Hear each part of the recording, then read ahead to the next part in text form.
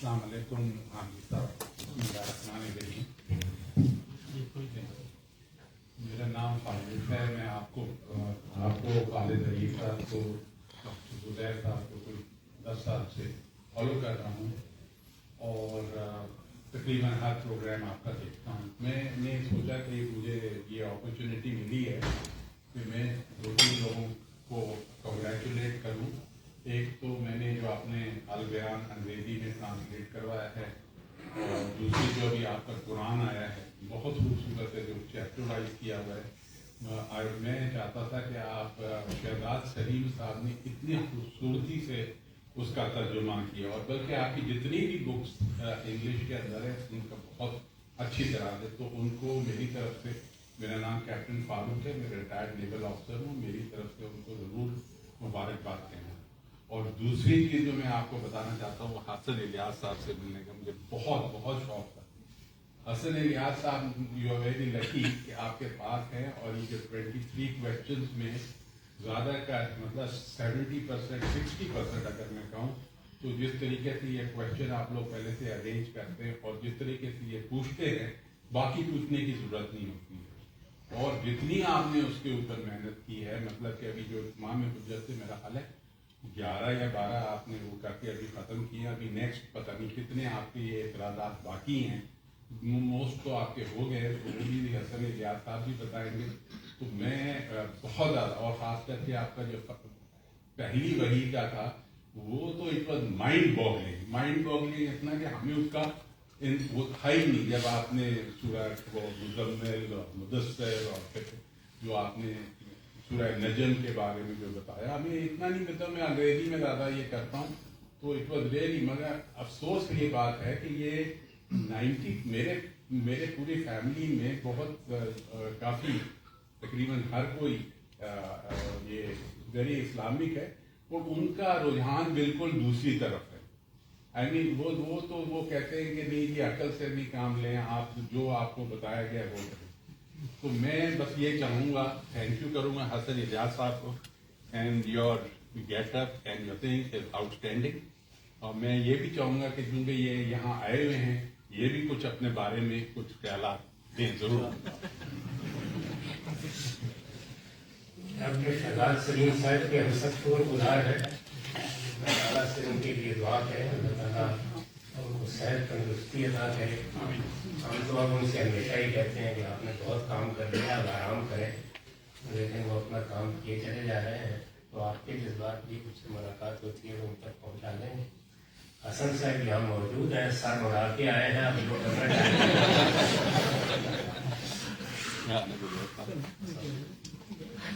मेरा नाम सत्ताम खान है और मैं सिंध मदरसा यूनिवर्सिटी की प्रेसिडेंट डायरेक्टर हूँ। मेरा सवाल ये है कि जब कोई इंसान एक औलाद को दुनिया में लाता है तो उसमें प्योरली उसकी अपनी रजामंदी होती है, उसकी अपनी मर्जी होती है, और उसके बाद उस औलाद को इस दुनिया में लाने के बाद उसकी जो भी बुनियादी ज़रूरतें होती है वो उसके ज़िम्मे हो जाती है। और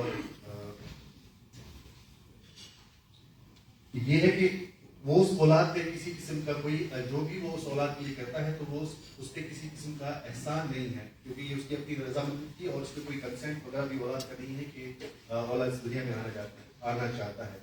तो काफ़ी बात ऐसा होता है कि वही वालिदैन जब वही बच्चा अगर बड़ा होता है तो अगर शादी के मामला हो तो उसमें उसका कंसेंट नहीं पूछा जाता, या उसको ये कहा जाता है कि आप अपनी मर्जी से शादी नहीं कर सकते, ठीक है।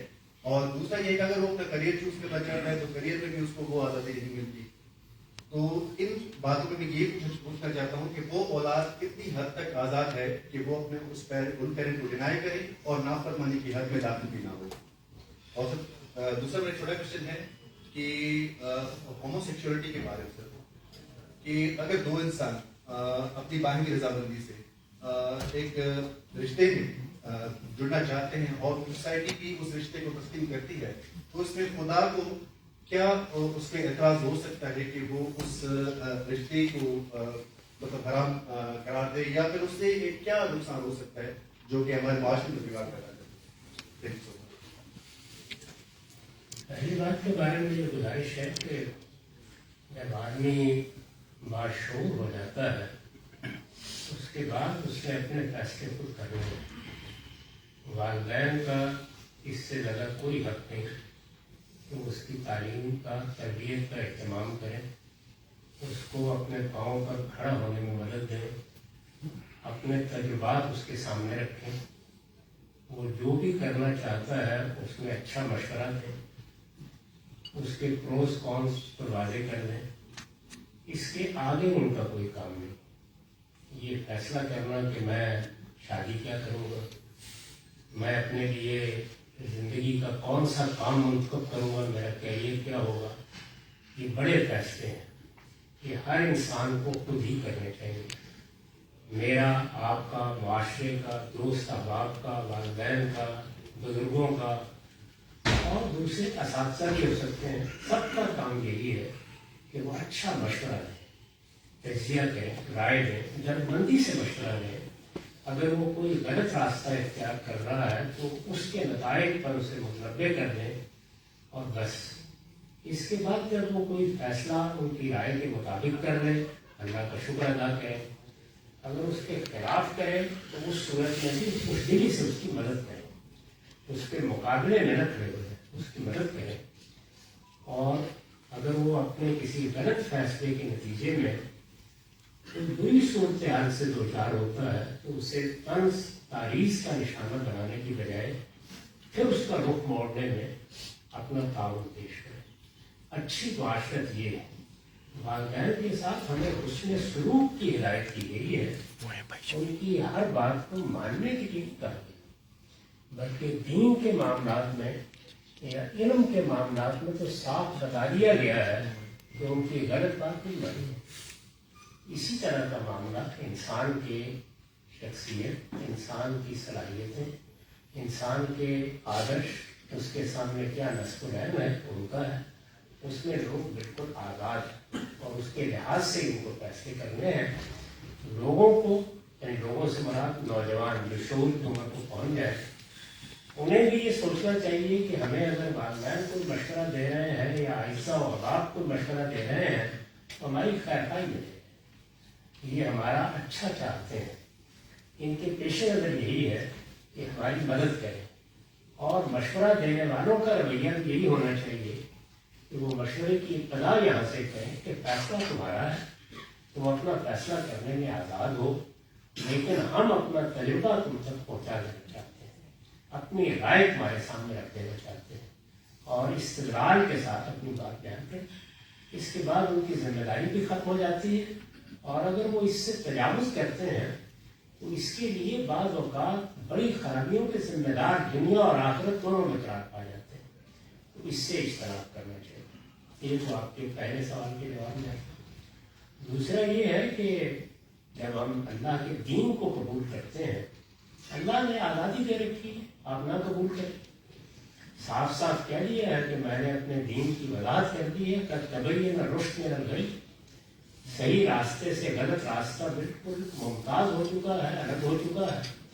अल्लाह ने इंसान की फितरत में भी उसकी हिदायत की है और पैगम्बरों के ज़रिए से भी उसको बता दिया है। अब उसके बाद ला इकराह फिद्दीन, दीन के मामले में कोई जबर अल्लाह ने रवा नहीं रखा। इसलिए हर इंसान आज़ाद है, वो जो चाहे रास्ता इख्तियार करे, लेकिन वो जब सोच समझ कर इस दीन को कबूल करता है तो फिर उसको ये जानना चाहिए कि ये दीन क्या है।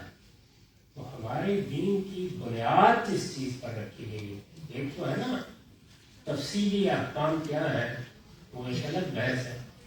जिस चीज़ पर बुनियाद कायम की गई है वो ये है कि हम जब अपने परवरदिगार से मिलेंगे, और यही दीन की दावत मिलना है उससे, जब उससे मिलेंगे तो जिस बुनियाद पर हमारी कामयाबी का फैसला होना है वो एक लफ्ज़ में पाकीज़गी है, तज़किया। कुरान मजीद में जो लफ्ज़ इख्तियार किया गया है वो अरबी ज़ुबान का लफ्ज़ तज़किया है, उसका मतलब है पाकीज़गी। तो पाकीज़गी है जो इस दीन का मकसद करार दी गई। इसलिए हर वो चीज़ जो पाकीज़गी के खिलाफ है उसको ये दीन कभी गवारा नहीं करेगा। जिसको इस तरह की किसी चीज़ की रग़बत है, एक शख्स कहता है कि मेरी तसल्ली तो میں جب رفع حاجت کرتا ہوں تو اسی کو کھا کر بزدل کرتا ہوں، تو وہ اپنے لیے راستہ انتخاب کر سکتا ہے، لیکن اس کی ہمارے دین میں کوئی گنجائش نہیں۔ اس دین کو جس نے اختیار کرنا ہے وہ پہلے یہ سمجھ لے کہ قد افلح من زکاہا وقد خاب من دساہا۔ اس کی ہدایت یہی ہے کہ جس نے اپنے آپ کو پاکیزہ بنا لیا وہ فلاح پائے گا، اور جس نے اپنے آپ کو آلودہ کیا تو اللہ کی گرفت میں آ جائے گا۔ تو یہ جو تعلق جس کا آپ نے ذکر کیا ہے، جس کی میں تفصیل نہیں کرتا، وہ غلاظت ہے، ہمارے دین میں اس کے لیے کوئی گنجائش نہیں ہے۔ السلام علیکم ورحمۃ اللہ وبرکاتہ۔ سب سے پہلے تو استاد محترم آپ کی شفقت رہنے والی ہمیشہ ہمارے لیے ایسا ذریعہ بنیے کہ ہم اس سے مستفید ہوتے ہیں۔ اللہ آپ کو عزت دے۔ میرے دوست آگے بیٹھے ہیں، میں نے ماشاء اللہ جو آپ کی تعریف کی، اس کے بعد میرے پاس تو الفاظ نہیں ہے کہ میں اس کو آپ کی طرح سے الحمد للہ میں بہت اچھی طرح سے۔ سر میرا سوال ایک الجھن کا مطلب تو لوگوں نے سوال کیا، میں اپنی الجھن بیان کرتا ہوں رہنمائی کا۔ ہوتا ہی کہ دنیا میں جتنے بھی لوگ آتے ہیں، بڑے بڑے لوگ ہیں، ان کے جانے کے بعد ان کے قریب کیا کہ سلسلہ چلتا رہے۔ میرے سوال کا ایک اور حصہ یہ الجھن کیسے یہ کہ کیا ہم نے آپ کی وہ قدر کر لی جو ہمیں کرنی چاہیے، یا ہم ابھی تک پیچھے ہیں؟ میں سب کی بات نہیں، میں ان لوگوں کی بات کر رہا ہوں جو آپ سے مستفید ہو، یا انہوں نے آپ کا پیغام اس طرح سے آگے بڑھا کے دشاز بڑھانے کا حق ہے، یا ہمیں کچھ تو بھائی سر احمد۔ میرا کوئی پیغام نہیں ہے، اللہ تعالیٰ مجھے اس سے محفوظ رکھے کہ میں اپنا کوئی پیغام آپ کو دوں۔ پیغام تو اس ذات والا صفات کا ہے جس کو محمد رسول اللہ صلی اللہ علیہ وسلم کہا جاتا ہے۔ میرا کام صرف یہ ہے، میرا کیا ہر دین کے طالب علم کا کام یہ ہے کہ وہ اس راستے کی رکاوٹیں دور کرے، وہ راستہ جو آپ کو اللہ کے آخری پیغمبر تک لے جاتا ہے۔ یعنی اس کے بعد ہاتھ کس نے پکڑنا ہے؟ اللہ کے پیغمبر نے۔ ہدایت کس نے دینی ہے؟ اسی ذات والا سے ہاتھ میں۔ اور رہنمائی کہاں سے ملنی ہے؟ وہ انہی سے ملنی ہے۔ تو اس لیے میں ہمیشہ یہ کہتا ہوں کہ ہماری دعوت اس کے سوا کچھ نہیں کہ اللہ کے بندے بن کر رہیے، وہ مجھے بھی اللہ کا بندہ بن کر رہنا ہے۔ میری کامیابی بھی اسی پر منحصر ہے، اور آپ کی کامیابی بھی اسی پر منحصر ہے۔ اللہ کی بندگی میں ہم رہیں، اور اگر کوئی عقیدت کا جذبہ پیدا ہو تو اس کا سارا رخ محمد الرسول اللہ صلی اللہ علیہ وسلم کی ذات کی طرف ہونا چاہیے۔ دین کے طالب علم جب ذرا میری طرح بڑی عمر کو پہنچ جاتے ہیں تو زیادہ سے زیادہ یہ ہے کہ ان کو اپنا معلم کہہ لیجیے، اس کے علاوہ کوئی اور رشتہ نہیں ہوتا۔ معلم اور متعلم کا رشتہ۔ انبیاء علیہ السلام نے بھی، جن کا درجہ ظاہر ہے کہ غیر معمولی ہوتا ہے، یہی فرمایا کہ بعثت معلما، مجھے معلم بنا کے بھیجا گیا ہے۔ تو اس لیے ہم اپنا کام کر رہے ہیں، آپ اپنا کام کریں۔ باقی رہ گئی قدر افزائی، تو اگر آپ دین کی خدمت کر رہے ہیں تو اس کی ساری توقع اور ساری تمنا اس پروردگار سے ہونی چاہیے۔ منتظر ہوں تو فقط اس کی پذیرائی کا۔ تو اس لیے یہ قوم اپنا کام کرے گی، اس کے مقدر میں گالیاں میرا لکھا وہ دیتی رہتی ہے۔ اللہ سے دعا کیجیے کہ وہ قبول کر رہا ہے۔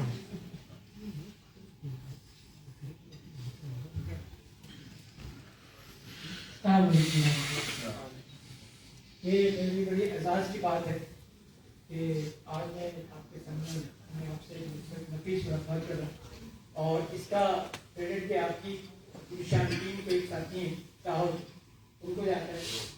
میں آپ کے لیے لفظ تحسین کا لفظ مجھے بڑا چھوٹا نظر آتا ہے۔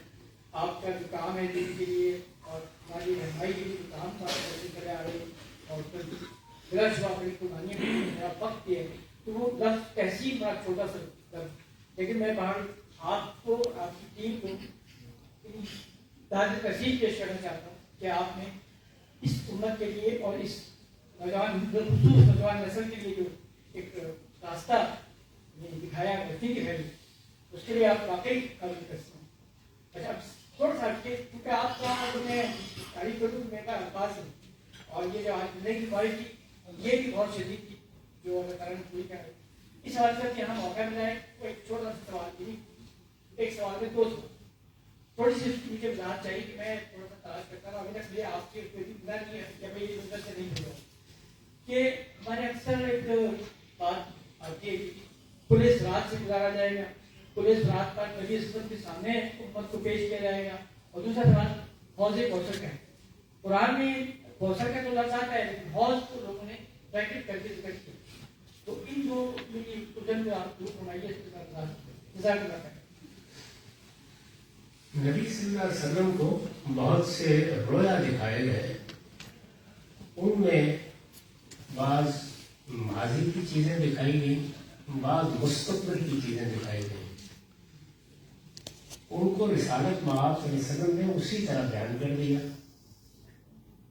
बहुत से मौक़ों पर उसकी कोई ताबीर नहीं करवाई, तो ये पुरसरात भी उन्हीं में से है। ये दर हकीकत इस दुनिया में जिस इम्तहान में हम डाले गए हैं उसकी ताबीर है। यानी हम इस दुनिया में जिस रास्ते से गुजारे जा रहे हैं, तो ये रास्ता असल में जहन्नम के ऊपर है, इसके नीचे आग ही बह गई है। जब हम इस रास्ते पर चलते हैं तो ये क्योंकि इम्तहान और इब्तला की दुनिया है, तो ये तलवार के बाल से बारीक भी है और तलवार से तेज भी है।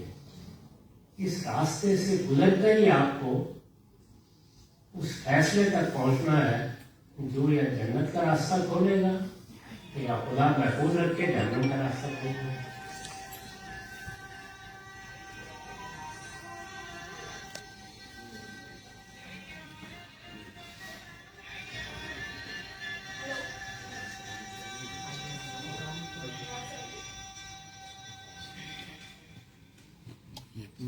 सर मेरा क्वेश्चन जो भी आपने कहा था इजाजत दीजिए तालिबान के सवाल का मेरी फेसबुक इसके बाद आपका सवाल।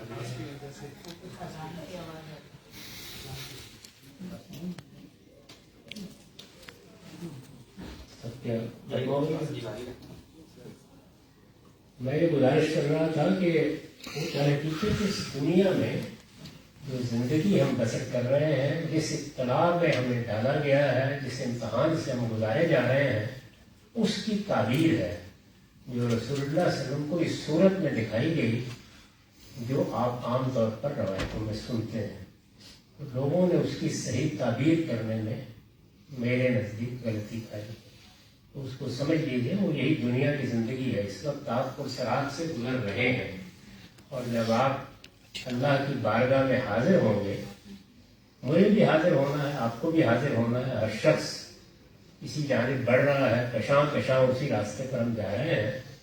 तो वहाँ वही सूरत होगी कि या मालूम होगा कि हम गिर गए, और या पता चलेगा कि हम कामयाब हो गए। तो बस दुआ कीजिए कि जब हम पुरसरात से इस पुरसरात से उतरें तो हम कहेंगे खुश को बरब्बिल काबा, रब्बे काबा की कसम हम कामयाब हो गए। तो असल पुरसरात ये है, यही रसूलुल्लाह सल्लल्लाहु अलैहि वसल्लम को एक रोया में या एक मुशाहिदे में इस तरह दिखाई गई कि गोया लोग इस तरफ से गुजरे। हौज़े कौसर के बारे में बहुत सी रवायात हैं, और उनसे यही मालूम होता है कि जब हशर का मैदान बर्पा होगा, तो चूंकि ये बात बता दी गई है कि हमें जब उठाया जाएगा तो दोबारा एक जिस्म दिया जाएगा, वो इससे मौजूदा जिस्म से मिलता जुलता होगा। जाहिर है कि उसकी खुसूसियात क्या होंगी, उसके औसाफ क्या होंगे, वो तो हम यहाँ अपने गीता इदराक में नहीं ला सकते, लेकिन वो जिस्म होगा। उसके साथ जब उठेंगे तो जो इस जिस्म की ज़रूरतें हैं वो भी लाहिक हो जाएंगी। पीना भी है, खाना भी है। चुनांचे कुरान मजीद भी बताता है कि जन्नत में हमारे लिए खाने की क्या नेमतें होंगी, पीने की क्या होगी। तो इससे पहले कि लोग जन्नत में जाएं, उनको मैदान हश्र में जब हिसाब से गुजरना है तो प्यास भी सताएगी। उसमें ये बताया गया है कि एक बड़ा हौज़ होगा जिससे लोग पिएंगे, और रिसालत मआब सल्लल्लाहु अलैहि वसल्लम भी वहाँ पिलाने वालों में से होंगे। और ऐसा होना भी चाहिए, इसलिए कि दुनिया में भी आप ही ने प्यास बुझाई है और क़यामत में भी आप ही के जरिए से बुझे।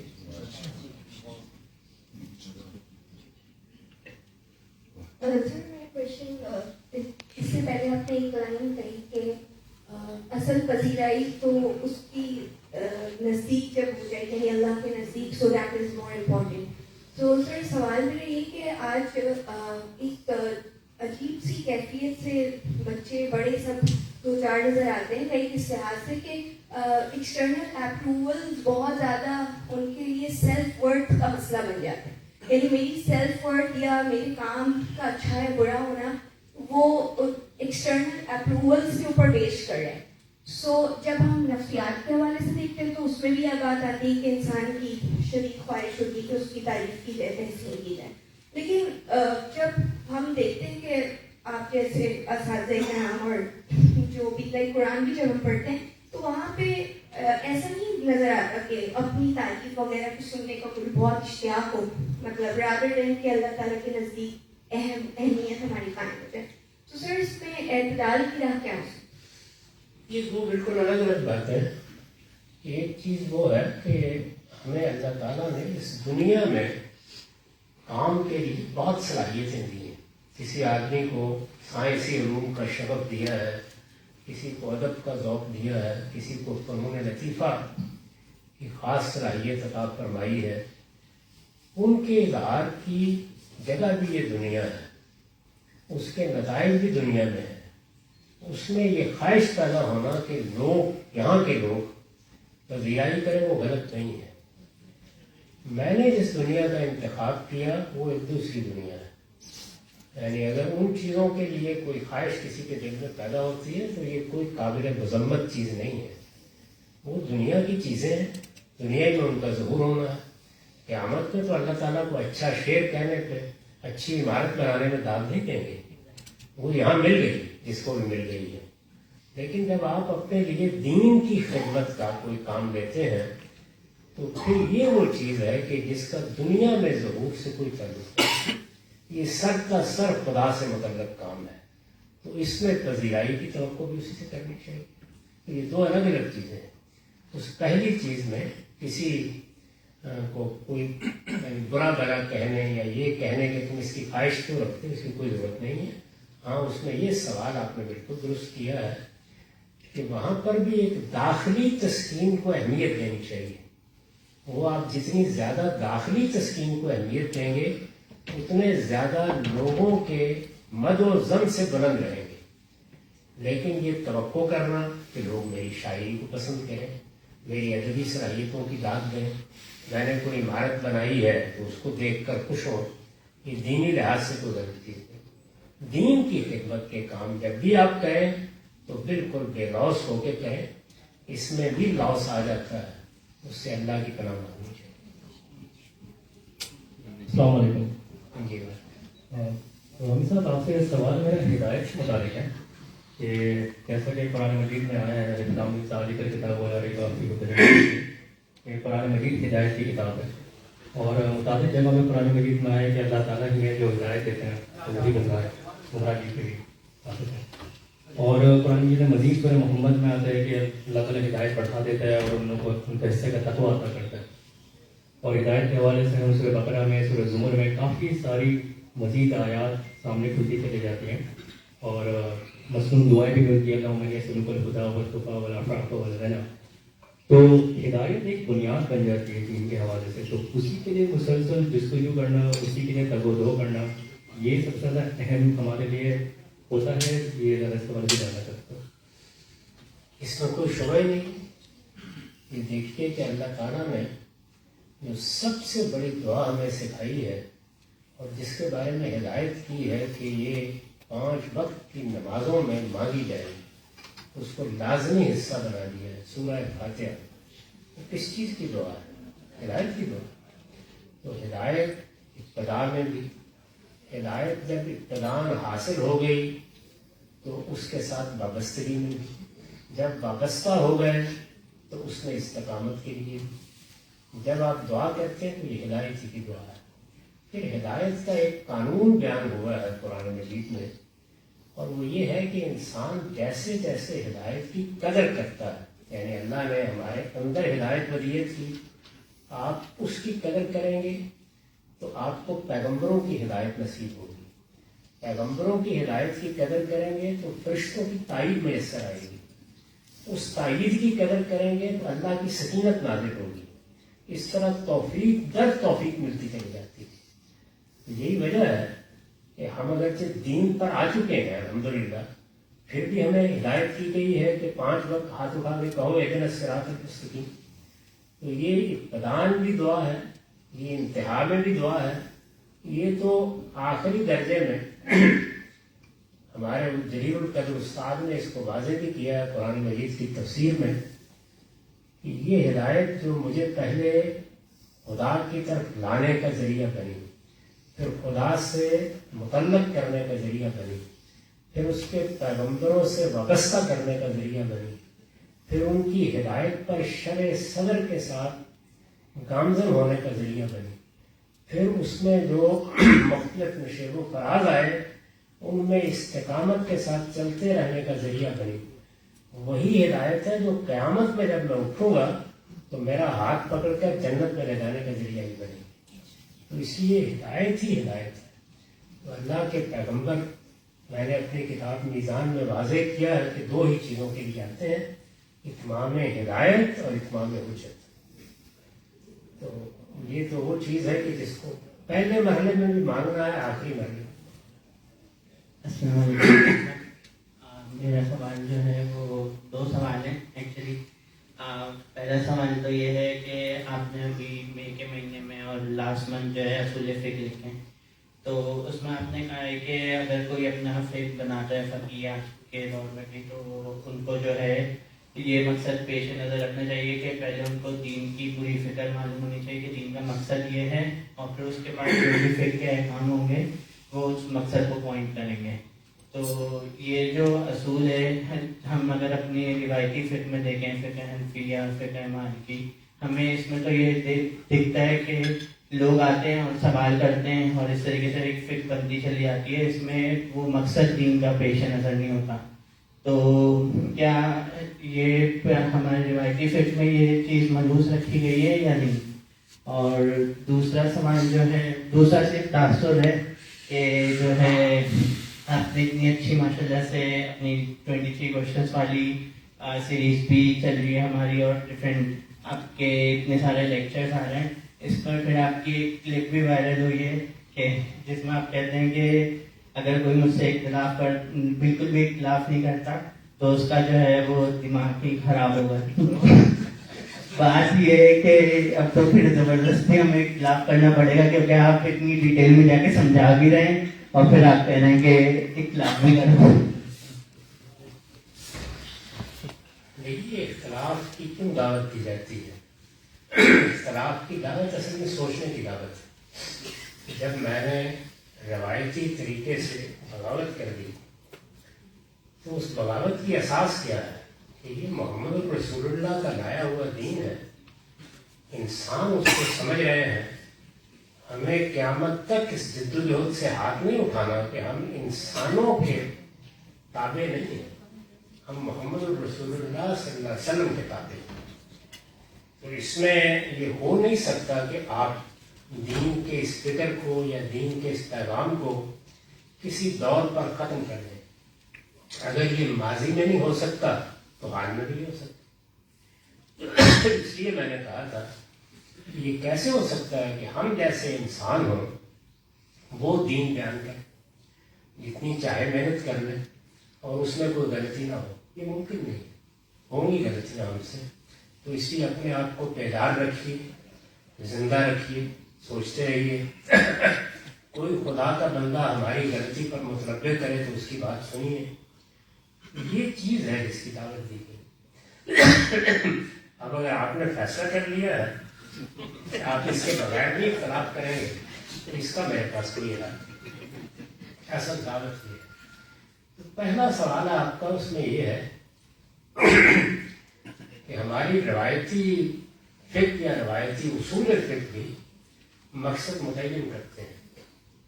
مقصد کی تعین کے بغیر تو آپ دنیا میں کسی چیز میں 2 دن بھی نہیں گزار سکتے. وہ بھی کرتے ہیں. وہ کیا مقصد متعین کرتے ہیں اس میں اختلاف ہے. یہ آپ کے علم میں ہے کہ امام شاطبی نے तो पूरी की पूरी शरीयत को चंद मकासद के ताबे किया है, उससे मुझे इत्तेफाक नहीं होता। वो कानून के मकासद हैं, वो दीन के मकासद नहीं। लेकिन रवायती फिक्र मकसद को मुतय्यन करती है। मैंने जो दीन का मकसद है वो बता दिया है कि वो तज़किया है, पाकीज़ी, और वो कोई मेरा इस्तेमाल नहीं, कुरान ने सही लफ्ज़ों में उसको बयान किया। तो बस उसको सामने रखिए, अगर उसमें कोई गलती हो तो सही बात की तारीफ की। हमसे अब एक आम आदमी तो ये नहीं कर सकता ना, जो मासिर उलमा है वो तो आपका तनकीद नहीं करते उस तरीके से, इस तरीके से तनकीद करनी चाहिए। क्योंकि बात यह है कि तनकीदें अच्छी भी होती हैं, बुरी भी होती हैं, तो किसी तनकीद का बुरा नहीं मानना चाहिए। तनकीद बड़ी नेमत है। मैं जो भी लोग मुझ पर तनकीद करते हैं बहुत गौर से देखता हूँ। उसमें अगर किसी ने बदजुबानी की है, किसी ने इल्ज़ाम लगाया है, किसी ने बुरा बुरा कहा है, उससे सर पे नजर कर रहे। मेरी मुराद ये नहीं है सर, मेरी मुराद ये है कि जो मासिर उलमा है वो क्रिटिकली आपके काम को नहीं देखते, तो वो तनकीद कैसे करेंगे? वो तो देखते नहीं है आपके काम को। एक आम ही है, जैसे हम लोग आपको पढ़ रहे हैं, समझ रहे हैं, उसको प्रमोट कर रहे हैं, लेकिन जो उलमा, जैसे मैं नाम नहीं लूँगा, बड़े उलमा हैं, आप उनको अप्रिशिएट करते हैं, लेकिन वो कभी आपके काम का जायजा लेकर आप पर तनकीद नहीं करते। अब ये सिलसिला होना शुरू हो गया, थोड़ा और इंतजार करें।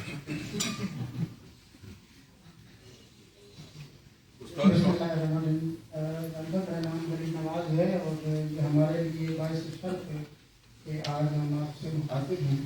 मेरे बुनियादी तौर पे दो सवाल हैं। एक सवाल खालिसतन मज़हब से रिलेटेड है और एक मोटिवेशनल सवाल है। एक सवाल अदब से और एक मोटिवेशनल क्वेश्चन है। जी, बुनियादी तौर पे एक अहम मसला है और तहकीक मसला है कज़ा और क़दर का, और इस पर आज तक बहुत सी किताबें लिखी जा चुकी हैं, बहुत सारे लिटरेचर मौजूद है, कलम आजमाई भी हो चुकी है, लेकिन आज तक इंसान को तसल्ली बख्श जवाब नहीं मिल सका। इस हवाले से उलमा ने, उदबा ने और मुहक्किकीन ने बहुत कुछ लिखा है, लेकिन इंसान फिर भी एक उलझन में मुब्तला है। एक शिया मुसन्निफ है, उन्होंने जुमला लिखा है कि इंसानी कानों में आज तक इससे ज़्यादा खतरनाक अल्फाज और खौफनाक अल्फाज नहीं सुने, यानी जबर और इख्तियार। ये इंसान के लिए बहुत बड़ा मसला है। और एक तरफ मुअतज़िली नुक्ता नज़र है, दूसरी तरफ अशारी नुक्ता नज़र है, लेकिन कोई मुतय्यन नहीं कर पाया कि इंसान किस हद तक आज़ाद है और किस हद तक मजबूर है।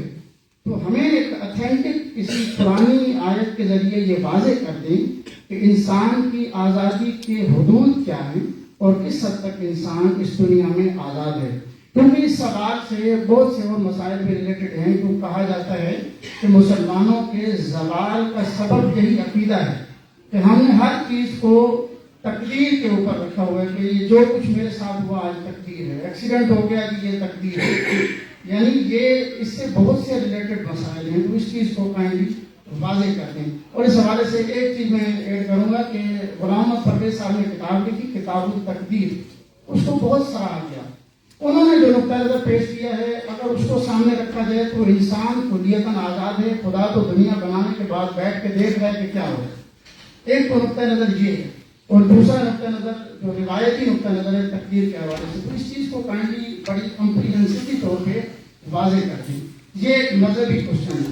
और दूसरा मोटिवेशनल सवाल है, क्योंकि अल्हम्दुलिल्लाह आपका हाफिज़ा बहुत कवी है, तो इस लिहाज से मैं पूछना चाहता हूँ, सैयद अताउल्लाह शाह बुखारी के हवाले से कहा जाता था कि वो तहरीर को कुछ अच्छा नहीं समझते।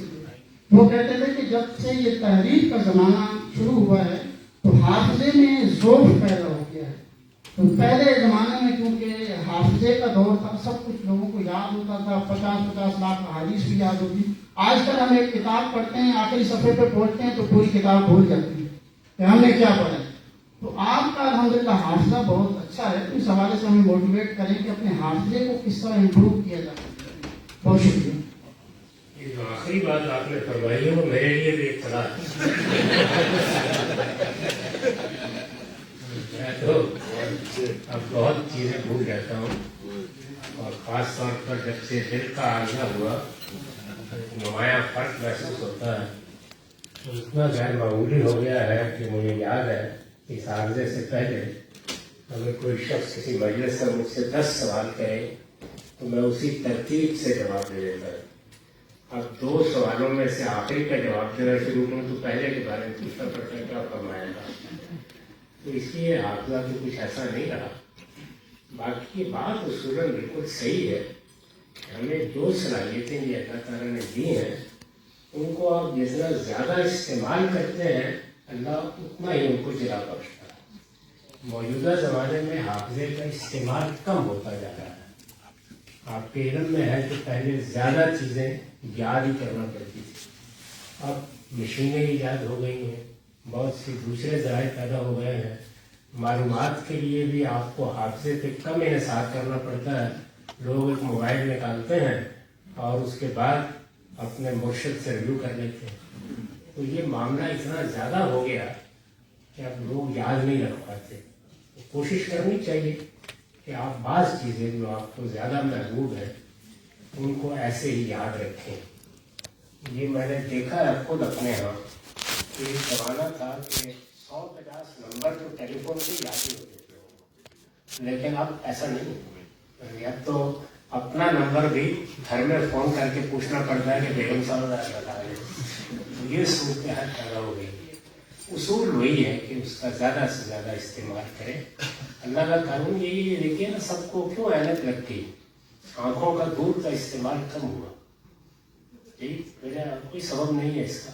आप आज दूर का इस्तेमाल बच्चों को कराना शुरू कर दें तो आप देखेंगे कि उनकी नज़र इतनी आसानी से नहीं, अल्लाह कानून है, आंखें दी हैं तो आखिर किसी मकसद से दी हैं। दूसरे असबाब भी होते हैं लेकिन एक बड़ा सबब इस्तेमाल माफी। मैं आपके लिए दुआ करूंगा, आप मेरे लिए दुआ करें, क्योंकि अब इस उम्र में हम दुआओं ही कह रहे हैं।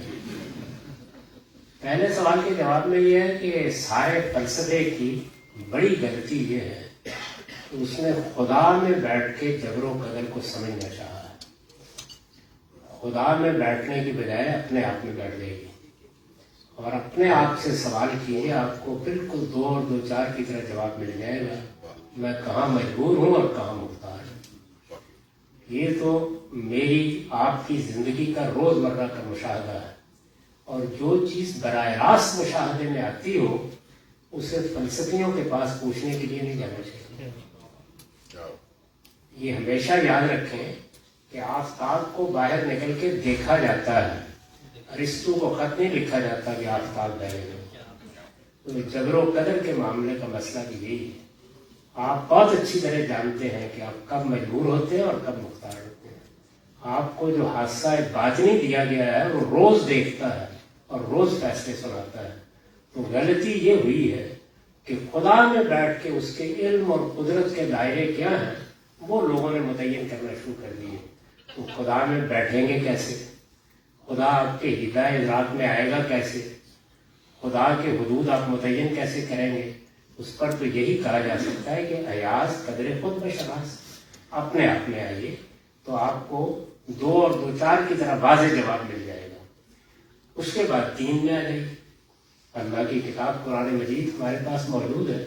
जिन मामलात में हम क़यामत में मसूल ठहराए जाएंगे उनमें हम मुख्तार हैं।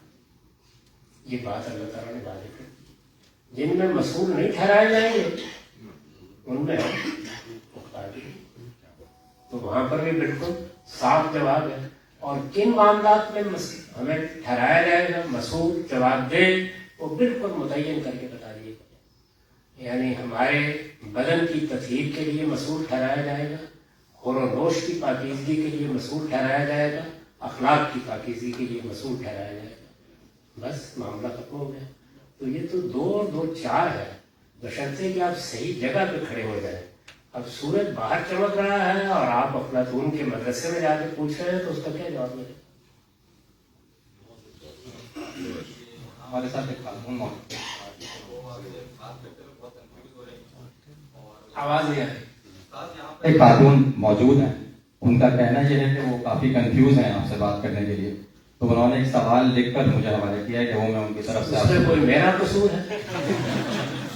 मैं संजीदगी से पूछ रहा हूँ कि अगर मेरी वजह से कोई मामला हुआ है तो मैं इजाला कर दूँ उससे।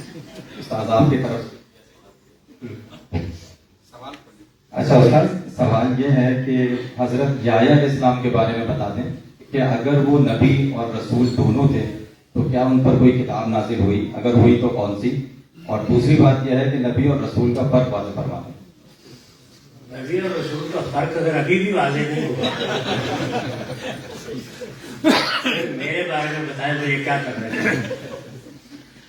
میری گزارش یہ ہے کہ ابھی حال میں جو سیریز چل رہی ہے 23 اعتراضات کی سیریز، اس میں اتمام حجت کا خاتمہ ہوا ہے، شاید پچھلے ہفتے میں ہوا ہے،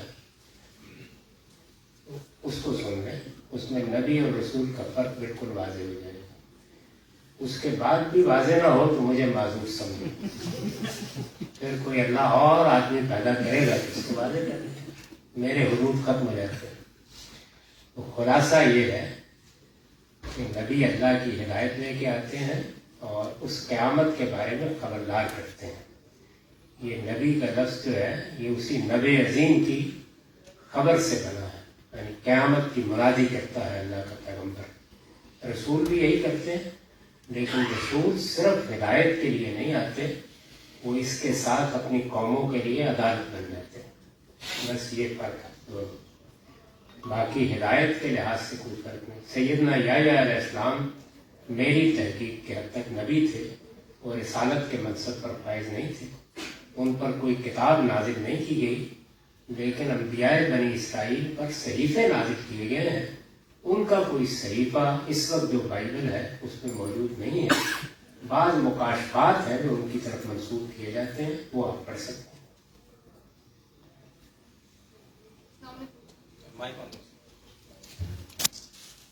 السلام علیکم۔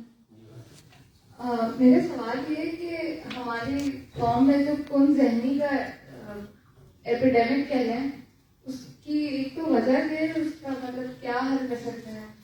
میری جنریشن کے لوگ بھی اتنے بند ذہن کے ہوتے ہیں، بچہ ایسا لگتا ہے ذہن بند کر کے ہی آ رہے ہیں۔ تو آپ نے پہلے بند استعمال کیا ہے یا کون استعمال کیا ہے؟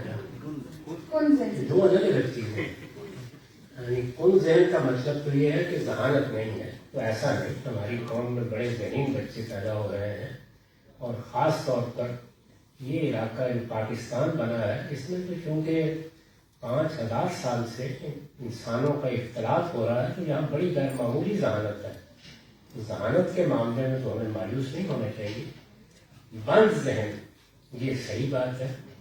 بند ذہن کی وجہ یہ ہے کہ مجموعی ماحول تقلید کا ہے، مذہب میں تقلید، سائنس میں تقلید، علم میں تقلید، عمل میں تقلید۔ ہماری پوری تاریخ یہ ہے کہ حکومت کے معاملات میں ہم بادشاہوں کے محکوم رہے، تزکیے کے لیے مرید بننا پڑ گیا، اور مذہب میں تو مقلد ہونا ہی ایسی چیز ہے۔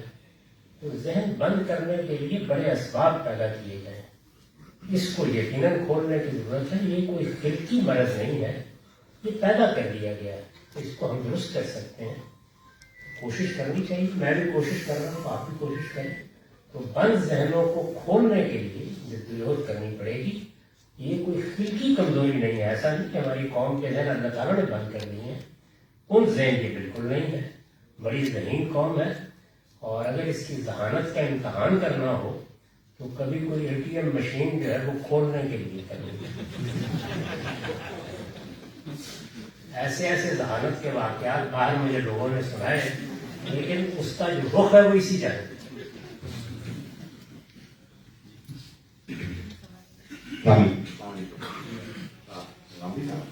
ابھی ذکر کیا کن ذہن یا بند ذہن، تو شاید میں جنریشن تو میری پرانی والی ہے، مگر میں وہ کن ذہن میں سے ہوں۔ آپ نے تذکرہ کیا کرتے رہتے ہیں قرآن جو ہے وہ ہدایت ہے، آپ اسی کو پڑھیے تو آپ اس سے فیض حاصل کریں گے۔ پڑھتا ہوں تو مجھے تو وہ مختلف ٹاپکس نظر آتے ہیں، اور مجھے یہ نہیں معلوم کہ کہاں سے ہدایت لے ہے، کہاں سے وہ پچھلا واقعہ بیان کیا جا رہا ہے۔ بعض چیزوں میں مستقل بار بار تکرار ہے کہ میں اللہ تعالیٰ سے کہتا ہوں پلیز کیا ہو گیا، بار بار ایک ہی بات، شرک کی، we believe in one God۔ ایسے ہی ہوتا ہے، مجھے ہدایت چاہیے، میں پڑھتا ہوں मुझे वाकई जिस तरह आप चीजों को समझते हैं और तफसील से बयान करते हैं, लोग आपसे मुतासिर हैं, मैं आपसे जेलस हूं कि मैं चाहता हूं मैं भी ऐसे ही समझूं, मगर मुझे ऐसा समझ में नहीं आता। दूसरी बात, दो जरिए आपने बयान किए थे, बल्कि ये हम जानते भी हैं, कुरान और सुन्नत रसूल या हदीस। हदीस के बारे में ये मैंने बयान नहीं किया। अच्छा, मतलब जो अमल के साथ हदीस जो कि प्रैक्टिकली यूज की गई और तवातुर से, अच्छा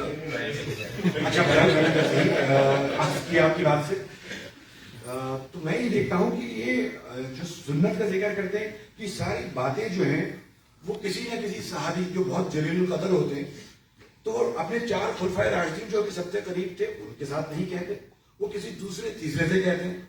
और इतनी इंपॉर्टेंट बात होती है तो फिर वो किसी मस्जिद में या किसी जुम्मे की नमाज में आके क्यों नहीं ऐलान करते कि जनाब ये this is a part of शरीयत and you have to follow it. तो ये मेरी प्रॉब्लम है और मैं हदीस के चक्कर में पढ़ता हूं तो बहुत लंबा फंस जाता हूं, मुझे समझ में नहीं आता मैं किसको मानूं तो किसको नहीं मानूं। कुरान मुझे समझ में नहीं आता। तीसरे सवाल मेरा ये है कि जनाब कहा ये गया, आई डोंट नो कितना सही है कि अल्लाह से मोहब्बत करो, रसूल से मोहब्बत करो उतनी जितने के तुम उससे ज्यादा जितने तुम अपने वालिदैन से या औलाद से करते हो। सॉरी सर, मेरे लिए प्रैक्टिकल बात नहीं है, क्योंकि ना मैं अल्लाह को देखता हूं ना मैं जानता हूं। रसूल के बारे में यकीनन मुझे पढ़ना चाहिए, मगर जो किताबें लिखी वो मेरी मर्जी से नहीं है। जैसे मैं सुनना चाहता हूँ कि मुझे तो ऐसी किताब चाहिए जिसमें डे 1 से लेकर डे 100 तक उनकी जिंदगी के बारे में हो और पुरानी आयत आती जाए। मगर कुरान शरीफ पढ़ के भी नहीं पता चलता, क्योंकि वो एक आयत यहाँ लिखी होती है और एक आयत वहां लिखी होती है। कि आपने कैसे इंटरप्रेट कर लिया कि ये यानी यहाँ से था, इसका ताल्लुक वहां से रब्त कैसे है। मैं भी इसी मसले में हूँ और मेरा ऑब्जेक्टिव ये है कि मैं समझ के अल्लाह ताला से अपनी गुरु खुलासी कर सकूं कि अल्लाह ताला मुझे माफ कर दे, जन्नत में जगह दे। ना तो कुरान समझ में आया ना हदीस समझ में आया, ये खाकसार कैसे समझ में आया?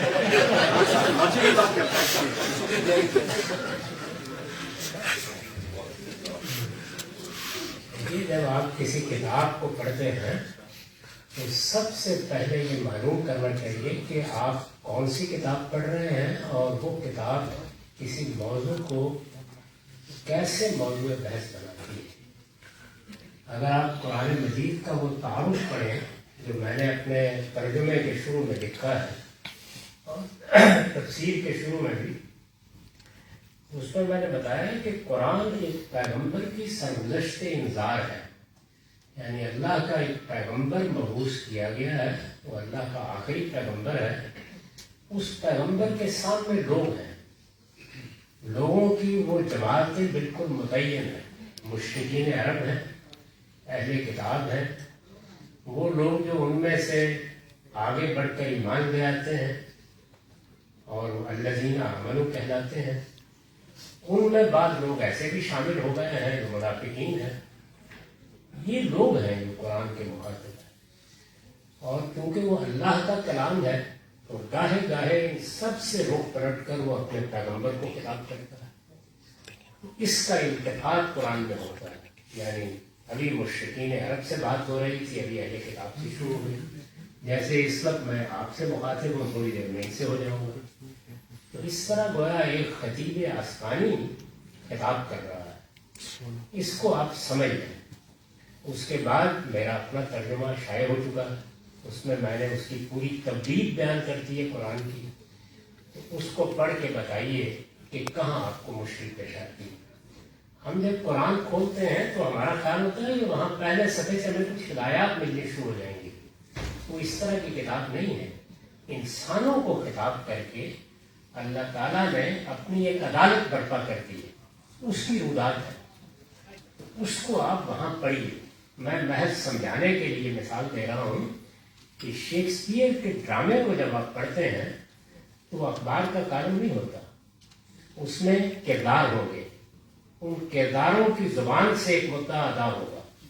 तो कुरान को पढ़ते वक्त भी देखिए कि उसमें कौन से किरदार हैं, यानी अभी खुदा बात कर रहा होगा, अभी जिब्रील बात कर रहे होंगे, अभी खुदा के पैगंबर से खिताब होगा, अभी मुश्रिकीन अरब से होगा, अभी ईमान वालों से होगा। वो नहायत शानदार रब्त के साथ है सारा किताब, और उसमें जो चीज़ें बयान हो रही होती हैं वो लोगों को चंद बुनियादी हक़ाइक़ बताती हैं। ये जो अहकाम है ये तो कुरान मजीद में कोई 400-500 से ज़्यादा आयात नहीं है, उनमें जगह जगह बयान होगा जहाँ उनका मौका आया है। बाकी वो इंजार है, खबरदार करना, क़यामत आने वाली है, क़यामत आने वाली है, ये मुरादी की गई। इसको मुख्तलिफ सूरतों में दोहराया गया है, इसलिए कि इंसानों के तबाय बहुत मुख्तलिफ है। किसी को यासीन का उसलूब ज़्यादा मुतासर करता है, किसी को ताहा का उसलूब, किसी को बकरा का उसलूब। तो ये क्योंकि तरतीब से आपको अहकाम देने वाली किताब नहीं है, तो आप मुख्तलिफ वक्तों में जब तलावत के लिए खोलते हैं इसको, तो ये बिल्कुल ऐसे ही है कि जैसे आप किसी गैर मामूली कलाम को पढ़ रहे होते हैं जो आपसे खिताब करता है, तो इस तरह खोल के उसको पढ़िए। और उसमें हम क्या मदद कर सकते हैं वही है जो हमने अपने तर्जमे और तफसीरों में कर दी है। अगर आपको मेरा तर्जमा मुयस्सर है तो ज़रा कागज़ पेंसिल लेके पढ़िए और फिर देखिए कि कहीं कोई बेरब्ती महसूस होती है, लेकिन ये ख्याल करके मत जाइए कि आप उसमें अहकाम की कोई किताब पढ़ रहे हैं। नहीं, अहकाम उसका बिल्कुल एक ज़िम्नी पहलू है। हिदायत कैसे मिलेगी? हिदायत तो आपको इस हकीकत को पहचानने में मिलेगी कि खुदा की अदालत बर्पा होगी, यही उसका मौजूद। तो हिदायत तो आपको दुनिया से उठाना है, बस वो काम कुरान करता है और हर आयत में करता है। आपको खुदा के साथ तारुफ करा देगा, खुदा का कानून बताएगा, खुदा मामला कैसे करता है ये बताएगा। तो मैंने इसके सिवा कुछ नहीं किया कि कुरान की इस हकीकत को समझ कर लोगों को बयान कर दिया, बता दिया, और कुछ नहीं है। जिस पर आपको हसद आ रहा है अल्लाह ताला उसमें और इजाफा करेगा, वो इसके सिवा कुछ नहीं है, इसको पढ़िए। दूसरी बात ये है कि ये जो मैंने आपकी खिदमत में अर्ज की है, तो हमारा पूरा दीन वो कुरान और सुन्नत में है। कुरान में अल्लाह ताला ने ये मुरादी कर दी है कि ये दुनिया आर्जी है, एक दिन तुम यहाँ से रुखसत होगे, मेरे साथ मुलाकात का वक्त मुकर्रर है, जब मुलाकात होगी तो ये नतीजा निकलेगा, इस उसूल पर निकलेगा, और उस नतीजे के बाद जो मामला होना है वो ये, बस ये मौजूद। ज़िम्नी तौर पर बाद अहकाम, बाद हिदायत आपको ज़िंदगी के बारे में दी गई है। हमारी पूरी ज़िंदगी के अंदर जो रोशनी आती है वो असल में उस सुन्नत से आती है। और अगर आप गौर करें तो मैंने उसकी फहरिस्त बना दी है अपनी किताब मीज़ान के शुरू में। पूरी सुन्नत ही असल में हमारी ज़िंदगी को कंट्रोल करती है, यानी तमाम इबादत सुन्नत से तैयारी की गई। सुन्नत क्या है? पैगम्बरों का दीन, पैगम्बरों का दीन, यानी अल्लाह के पैगम्बरों ने पहले दिन से जो दीन किया, इसीलिए उसको कुरान में बयान करने की कोई जरूरत नहीं। वो पहले से जारी दीन है, आदम अलैहिस्सलाम से लेकर हुजूर तक वही दीन रहा है। रिसालत में आप सल्लल्लाहु अलैहि वसल्लम ने उसकी तस्दीक फरमाई, आपको हुक्म दिया गया कि आपके इलाके में ये दीन इब्राहिमी के तौर पर है, तो इत्तबू मिल्लत इब्राहिम हनीफ, और आपको कहा गया कि ये पैगम्बरों की हिदायत है, और खुदा हो मित्तबी, इन पैगम्बरों की आप पैरवी करें।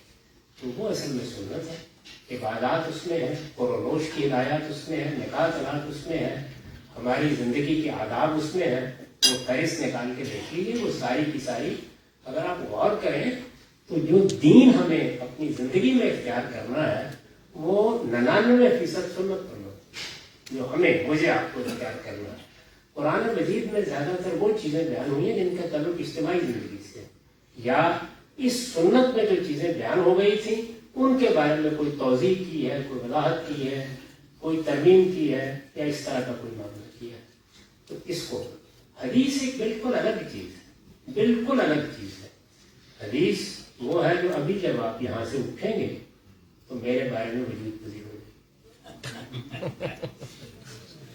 हिस्ट्री आपकी किताब पढ़ने और समझने के लिए कौन सी किताब पढ़नी चाहिए? जो किताब आप उसको समझने के लिए पढ़े, उसके बारे में उस किताब के मुसन्निफ से पूछ लें, उसको समझने के लिए कौन सी किताब? मैंने तो अपनी किताबें पढ़ानी शुरू की हुई हैं, तो आपको अगर तौफीक हासिल हो तो उनको सामने रख कर जब मैं पढ़ा रहा हूँ तो पढ़ लीजिए। साहब ये 20-25 साल पहले जो है आपसे आपने मशवरा दिया था किताब पढ़ने का। अब तो लोग 50 साल का भी जिक्र करते हैं, उससे मुझे एहसास होता है। पाकिस्तानी कल्चर डॉक्टर जमील जावेदी साहब की किताब थी, उसका एक बड़ा जुमला आपने भी रिपीट किया था किताब में, बड़ा एक आसमानी सैफे जो है उस तरह का जुमला लगता है, उसमें बयान होता है कि हमारे मसाइल ज़रूरी और जो है हमारी उमंग सनती। तो मैं आजकल उनकी किताब देखकर तारीख़ अदब जरी में, वो काफ़ी यकीन किताब है, कुछ हिस्से मैंने देखे हैं उसके अंदर। तो उसमें 304 हिजरी बता रहे थे कि 10 साल के करीब मुसलमान जो है हिंदुस्तान में आए थे, बल्कि वहाँ पैदा हो गए और उसके नतीजे में यानी बहुत सारी डेवलपमेंट हुई मुसलमानों के आने से। एक सबसे अहम चीज़ जो डेवलपमेंट हुई वो ज़बान की थी। उर्दू ज़बान जो है वहीं से जो है डेवलप हुई और एक उर्दू ज़बान इस वक्त है छाई हुई। मैं सोचता हूँ मुसलमानों ने बहुत कुछ हिंदुस्तान में दिया, उनकी अगर अखलाकियात क्यों नहीं डेवलप होती है, जो कुरान मजीद की है, जो इंसान की फितरत की है, ये क्यों नहीं डेवलप होती है? और ये जब तक डेवलप नहीं होगी तो कोई बातें करते रहे, इसका कोई नतीजा नहीं निकले। इसमें असल में आप एक ऐसी तवक्को कर रहे हैं जो इस दुनिया में कभी पूरी नहीं हुई। अल्लाह ताला के यहाँ जो कौमी सतह की अखलाकियात है, इसका ज़हूर, कौमी सतह का इल्म और कौमी सतह की अखलाकियात दोनों का ज़हूर मुख्तलिफ कौमों के लिए तारीख के मुख्तलिफ अदवार में होता है, फिर खत्म हो जाता है। मुसलमानों के यहाँ भी इसका ज़हूर हुआ और कई मरतबा तारीख में हुआ, कई मरतबा हुआ, रसूलुल्लाह से पहले भी 12 हुआ, बहुत शानदार बड़े आला पैमाने पर हुआ, उसके बाद ज़वाल में चला। तो यही अल्लाह का कानून है, इसको ध्यान रख दिया कुरान में, तिल्कल अय्याम नुदाविलुहा बैनन नास। इस वक्त ये जो मुसलमान कौमें हैं, यानी इसको इस्लाम से मुतल्लक न करें, वो तो अल्लाह का दीन है। मुसलमान कौमें इस वक्त ज़वाल आशना होती थी, ये अपनी बारी तारीख के स्टेज पर देखती हैं। इसमें इनफरादी अखलाकियात के आला नमूने आपको हर जगह मिल जाएंगे, हर बस्ती में मिल जाएंगे, गैर मामूली लोग मिल जाएंगे। कौमी अखलाकियात का जनाजा निकल चुका होता है। ये दुनिया की हर कौम के साथ ऐसे कोई इससे मुस्तस्ना नहीं है, बल्कि अल्लाह ताला ने इसको बतौर कानून कुरान में बयान किया है। मेरी किताब मीज़ान में सुनन इलाहिया का बाब देखिए, उसमें वो आयत मैंने नकल कर दी है, उसमें बयान किया है कि हर कौम के लिए तयशुदा कायदा है कि मोहलिकूहा और मज़बूह, यानी वो लाज़िमन ज़वाल आशना होगी, सिर्फ उसकी हलाकत की 2 सूरतें होंगी, पैगंबर मौजूद होगा तो अजाब में, और वैसे हलाकत। तो हम इस वक्त हलाकत के रास्ते बनी इसराइल में सर ये रिपीट होता रहा ना, वो उठती रही, फिर बैठती रही, हम क्या उठेंगे ही नहीं। आप बता सकते हैं कि वो कब दोबारा उठे? यानी उनके यहाँ बिल्कुल ऐसे ही हुआ। पहले उनकी तश्कील का दौर है जो पैगंबरों के जरिए से हुई, उसके बाद उनको एक लंबे अरसे तक गुलामी में बसर करना पड़ा, फिर सैयदना मूसा अलैहिस्सलाम की बेइज्जत हुई और बहुत तबदौ के बाद कहीं जाके उनको हजरत दाऊद और सुलेमान का ज़माना नसीब हुआ, फिर गिरना शुरू हुए। आज तक मुझे तो उठते नजर नहीं आएगा। तो हर कौम के साथ अल्लाह ने एक कम तादाद होने के बावजूद एक कौम तो सब काफी ताकतवर नहीं, वो ये मुख्तलिफ चीजें हैं। यानी एक कौम एक जाविये से ज़वाल आशना हो गई, किसी दूसरे जाविये से वो बढ़ती के मुकाबले तो किसी भी मतलब जाविये से कुछ भी नहीं। हम ज़वाल की बड़ी उम्दा तस्दीक है, तो उसमें हमारा कोई जवाब नहीं। मतलब आखिरी सवाल हमारा ये है, हम सब मुसलमान अपनी बात को कुरान से और रसूलुल्लाह सल्लल्लाहु अलैहि वसल्लम की बात से साबित करते हैं, तो फिर तो हम खुद जब अल्लाह ही एक बात कहता है उसी को हम लेकर बैठ जाते हैं, तो हम तो फिर माजूर हैं। हमारा ये मुख्तलिफ मकातब फिक्र, हमारा मुख्तलिफ ये इख्तिलाफ, इसकी बुनियाद तो खुद कुरान है, खुद रसूलुल्लाह सल्लल्लाहु अलैहि वसल्लम के बातें हैं। तो ये तो फिर हम माजूर हैं। अगर कोई नजरिया है, आज मुसलमान मुख्तलिफ नजरियात में, सबकी बुनियाद कुरान है और सबकी बुनियाद हदीस है, तो अल्लाह ताला ने तो फिर बात ही ऐसी कह दी कि जिसमें हर एक के लिए गुंजाइश रखी है। अगर उस गुंजाइश को लोग इस्तेमाल करते हैं तो वो तो माजूर है, तो फिर उनको किस तरह जो है वो अजाब दिया जाएगा?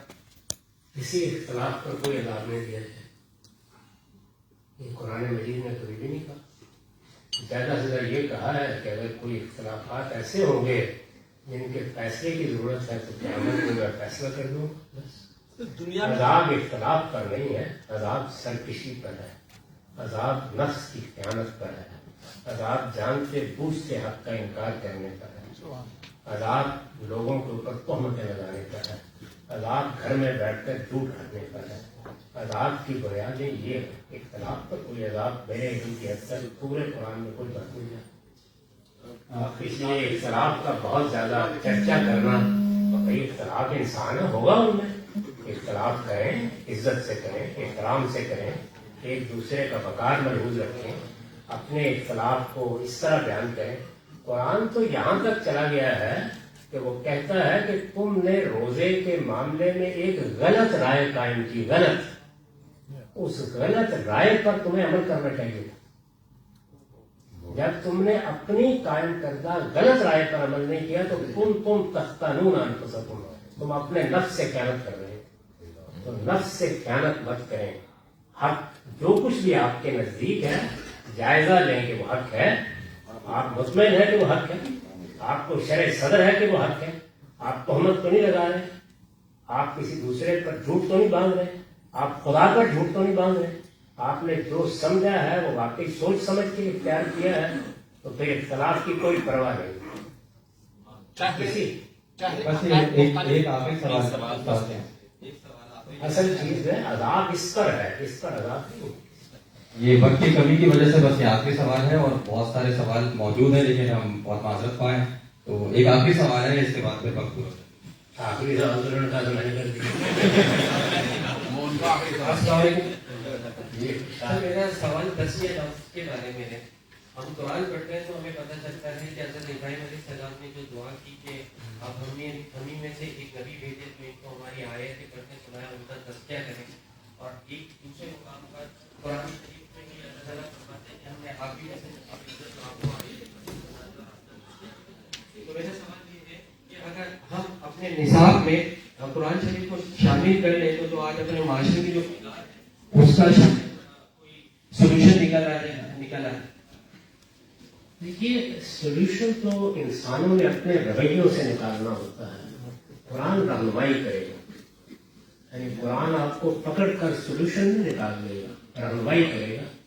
तो इसमें तो कोई शक नहीं कि कुरान को हमारी तालीम का लाजमी जुज़ होना चाहिए, हमारी माशरत में उसको कारफरमा होना चाहिए, हमारे घरों में उसको एक जिंदा किताब के तौर पर पढ़ा जाना चाहिए।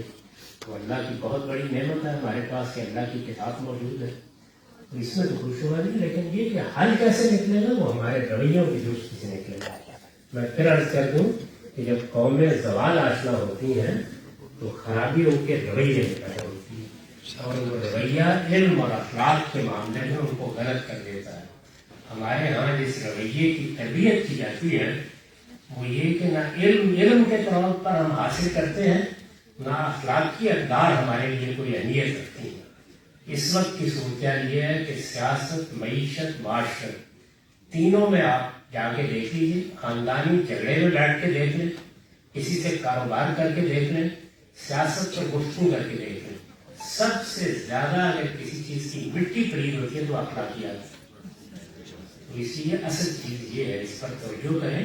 अगर मेरा अखलाकी वजूद ही मेरे हाथों से जा चुका है तो कुरान क्या कर देगा? उसने तो रहनुमाई करनी थी अखलाकी तौर पर जिंदा वजूद को। जब मैं उधर से मर चुका हूं तो मुर्दों को कौन पुकारेगा? आप सब लोग तशरीफ आवरी का बहुत शुक्रिया जी। हमारा वक्त खत्म हो गया है। एक अहम दरख्वास्त जो हमेशा अब्बा मुझे मना करते हैं कि मत किया करो, लेकिन ये जरूरी हो गई। तस्वीर अगर बनवानी है तो प्लीज लाइन बना लीजिएगा। हमारा रिजवान साहब यहाँ मौजूद हैं। 1970 में मैंने तस्वीर के जाहिर होने का फतवा दिया था। दरख्वास्त ये है कि मेरी दरख्वास्त सुन लीजिए। आप लोग लाइन बना लीजिएगा। यहाँ रिजवान साहब मौजूद होंगे, वो आपसे कैमरा लेके आपको तस्वीर बना देंगे। किताबों का स्टॉल पीछे है, आपको किताबें